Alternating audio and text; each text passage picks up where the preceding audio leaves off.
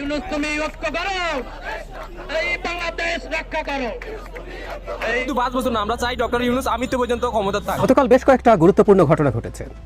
Apparently মনে হচ্ছিল সব শান্ত হয়ে এসছে, কিন্তু গতকালই 3টা রাজনৈতিক দল দেখা করেছে প্রধান উপদেষ্টার সাথে, বিএনপি, জামায়াত এবং এনসিপি। সোজা বাংলায় বলতে গেলে সেনাপ্রধান এবং বিএনপিকে ধমক বা হুমকি দেওয়া হয়েছে। সরকার যদি এখন নির্বাচন দেয়ও, কালকে সরকার নির্বাচন দিয়ে দিল, সবচেয়ে বেশি বিপদে পড়বে বিএনপি এবং জামাত। কথা বলছে যে ডক্টর ইউনূস এক কথার মানুষ, যা বলছেন। আসসালামু আলাইকুম প্রিয় দর্শক এতক্ষণ শুনছিলেন সংবাদ শিরোনাম, এবার শুনবেন বিস্তারিত। দর্শক শ্রোতা, বিস্তারিত ভিডিওতে যাওয়ার আগে ছোট্ট একটি রিকোয়েস্ট, সেটি হলো যারা এমন নিত্য নতুন আপডেট খবরগুলো দেখতে পছন্দ করেন তারা অবশ্যই চ্যানেলটি সাবস্ক্রাইব করে আমাদের সাথে থাকবেন। দর্শক শ্রোতা, তাই আর বেশি কথা না বাড়িয়ে চলুন বিস্তারিত ভিডিও দেখে আসি। লাইক দিয়ে দেখি। না, এখানে সম্পর্ক টানাপোড়েন হয়ে গেছে, আর সরকার যদি এখন নির্বাচন দেয়ও, কালকে সরকার নির্বাচন দিয়ে দিল, সবচেয়ে বেশি বিপদে পড়বে বিএনপি এবং জামাত। মানে যারা এখন নির্বাচনের জন্য লাফাচ্ছে তারাই সবচেয়ে বেশি বিপদে পড়বে। এর কারণ হলো যে এখন একটা রাষ্ট্র চালানোর জন্য যে ধরনের ফাইন্যান্সিয়াল স্ট্যাবিলিটি দরকার, যে ধরনের অ্যাডমিনিস্ট্রেটিভ স্ট্যাবিলিটি দরকার, এর একটাও নেই। যেহেতু এখন ডক্টর মোহাম্মদ ইউনূসের অন্তর্বর্তীকালীন সরকারের সুবিধাভোগী কম, এই জন্য বদনাম হচ্ছে কম। কিন্তু যদি বিএনপি আসে বা জামাত আসে, দেখা গেল যে একেবারে ইউনিয়ন পর্যায়ে বদনাম ছড়িয়ে পড়বে, ধরো মারো মানে খাও। ফলে কি হচ্ছে, উইদিন 3 মাসের মধ্যে ম্যাসাকার হয়ে যাবে সবকিছু।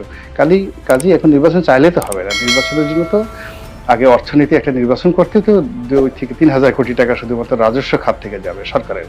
আর একটা ইলেকশনে যদি 300টি আসনে আপনি 1 কোটি টাকা করে যদি ধরেন একজন প্রার্থীর, তাহলে আপনাকে এখানে 300 কোটি টাকা যাবে শুধুমাত্র এই আপনার এমপি নির্বাচনে। তাহলে এই টাকাগুলো তো আপনার থাকতে হবে দেশের মাটিতে। সেই টাকাগুলো কোথায়? আপনি 300 কোটি টাকা খরচ করবেন নির্বাচনে, উপজেলা নির্বাচনে। সব মিলিয়ে ঠিলে দেখা যাচ্ছে যে আমাদের এই নির্বাচন ব্যবস্থা, ইউনিয়ন, উপজেলা, পৌরসভা এবং সংসদ, এই কটা নির্বাচন, রাষ্ট্র এবং সব মিলিয়ে 8 থেকে 10,000 কোটি টাকা খরচের বিষয়। তো 10,000 কোটি টাকা সরকার খরচ করবে কয়েকটা নির্বাচন করে, সেটার সুফল, অর্থনীতি সব মিলিয়ে আপনার একটা পজিটিভ দিক থাকতে হবে, যেটা এখন নেই। এই সরকারের স্ট্যাবিলিটি নির্ভর করবে অর্থনৈতিক সমৃদ্ধির উপরে, আর নিরপেক্ষ নির্বাচন নির্ভর করবে আইন শৃঙ্খলার, যাকে বলা হয়, উন্নতির উপরে। অর্থনীতি এবং আইন শৃঙ্খলা, এই দুটো একদম পারফেকশনে যখন না আসবে, ততক্ষণ পর্যন্ত একটা ফ্রি ফেয়ার ইলেকশন, যেখানে আওয়ামী লীগ আসতে পারে, ইভেন জামাত আসতে পারে, বা সমন্বয় একটা এসে সেখানে এমপি হয়ে আসবে, এটা যদি আপনি সিল পিটিয়ে না বানিয়ে দেন, তাহলে এই বর্তমান যে পরিস্থিতি, এটা উত্তাল বাংলাদেশের রাজনৈতিক পরিস্থিতি, মূল দাবি হচ্ছে নির্বাচন। আর এই নির্বাচনকে কেন্দ্র করে রাজনৈতিক দলগুলোর মধ্যে তৈরি হয়েছে বিভাজন। আর এই বিভাজন থেকেই গতকালকে প্রধান উপদেষ্টা তিনি প্রথম সারির যে 3টি দল আছে এই মুহূর্তে মাঠে, বিএনপি, জামাত ইসলাম, এনসিপি, 3 দলের সাথেই বৈঠক করেছেন। আর এই বৈঠকগুলোর মধ্যে প্রত্যেকটা রাজনৈতিক দল তাদের নিজস্ব দাবি দাওয়া সরকারের কাছে উপস্থাপন করেছেন। আর এই দাবি দাওয়াগুলো উপস্থাপনের মধ্যে আমরা দেখেছি 2টা জিনিস খুবই কনফ্লিক্ট ছিল। কোন দলই নিজেদের যেই দাবিগুলো গত কয়েকদিন যাবৎ রাজপথ পর্যন্ত গড়িয়েছে, বক্তব্যের মাধ্যমে মার্কেটকে উত্তপ্ত করেছে, এই দাবি দাওয়াগুলো থেকে কেউ কিন্তু সরে আসে নাই।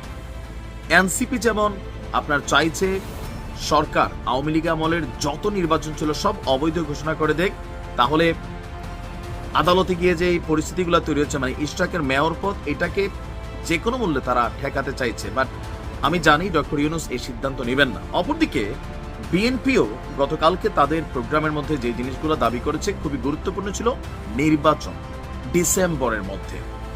তো 3 দলের সাথে কথা বলার পরে প্রধান উপদেষ্টার পক্ষ থেকে ওনার যে প্রেস উইং আছেন ডক্টর শফিকুল ইসলাম সাহেব, তিনি গণমাধ্যমকে ব্রিফ করেছেন। সেখানে তিনি প্রথমে একটা কথা বলছেন যে ডক্টর ইউনূস এক কথার মানুষ, যা বলছেন।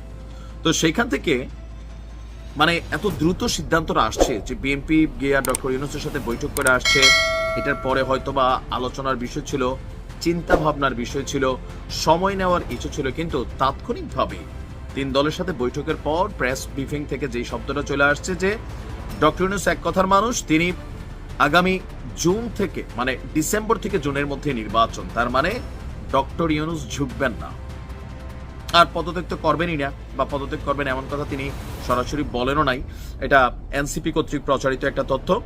তো 10টার দিকে সাংবাদিকদেরকে প্রেস সচিব জানান যে বৈঠকগুলো সুন্দর পরিবেশে হয়েছে। মূল বিষয় এখানে অনেকগুলো ছিল, প্রত্যেকটা দল নিজ নিজ অবস্থানগুলো সামনে নিয়ে আসছে। তো শফিক সাহেব বলছেন বিএনপি ডিসেম্বরের মধ্যে নির্বাচন চেয়েছে, জামাত এবং এনসিপি আবার একজোট, তারা মনে করছে সংস্কার প্রক্রিয়া শেষ করতে ডিসেম্বর লেগে যাবে, তাই ডিসেম্বর থেকে জুনের মধ্যে অধ্যাপক ইউনূস যে টাইমলাইন দিছে সেটাও সঠিক। সুতরাং আপনার এ মাসেই কি বলা হচ্ছে নির্বাচন ইস্যুতে আগামী ডিসেম্বর থেকে জুনের মধ্যেই আসলে নির্বাচন সংগঠিত হবে। এখন এতে তিন দল নিজেদের সমর্থনটা ডক্টর ইউনূসকে দিয়েছেন। সমর্থন কোনটা? যে আপনি পদত্যাগ করবেন না। বিএনপি বরাবরই বলছে আমরা পদত্যাগ আপনার চাইনি, আমরা চাই নির্বাচনের একটা সুস্পষ্ট রোড ম্যাপ, যেটা বলা হয় থাকে যে কোন মাসের কোন তারিখ, কবে তফসিল ঘোষণা, অথবা কবে থেকে কি প্রসেসিং শুরু হবে। এই বিষয়গুলো বিএনপি যখন একদম স্ট্রিক্টলি চাচ্ছে, তখন গতকালকের বৈঠকের পরে যখন আমাদের কি বলা হয় যে প্রেস উইং থেকে বলা হচ্ছে যে দলগুলোকে প্রধান উপদেষ্টা জানিয়ে দিয়েছেন যে ডিসেম্বর থেকে আগামী জুনের মধ্যেই হবে নির্বাচন। এখন বিএনপির যে প্রথম চাওয়া এটাও পূরণ হওয়ার নয়। তো বিএনপি কেন বরাবর আসলে ডিসেম্বর থেকে নির্বাচন চাচ্ছে, এর পিছনে কিন্তু প্রধান দুইটা জিনিস। এর মধ্যে সন্দেহ হচ্ছে, এক নাম্বার, এমনি তারা বলছে আস্থা আছে, কিন্তু আদৌ কি আস্থা আছে? বিএনপি মনে করছে রাজনৈতিক দল হিসাবে। দর্শক, আশা করি সম্পূর্ণ ভিডিওটি না টেনে দেখেছেন এবং এই ভিডিওটি থেকে আশা করি আপনারা অনেক কিছুই বুঝতে পেরেছেন। দর্শক শ্রোতা, এই ভিডিওটি থেকে আপনার যদি কোনো মতামত থেকে থাকে তাহলে আপনার মূল্যবান মতামতটি অবশ্যই কমেন্ট করে জানিয়ে দেবেন। আজকে ভিডিওটি পর্যন্তই, দেখা হবে পরবর্তী ভিডিওতে।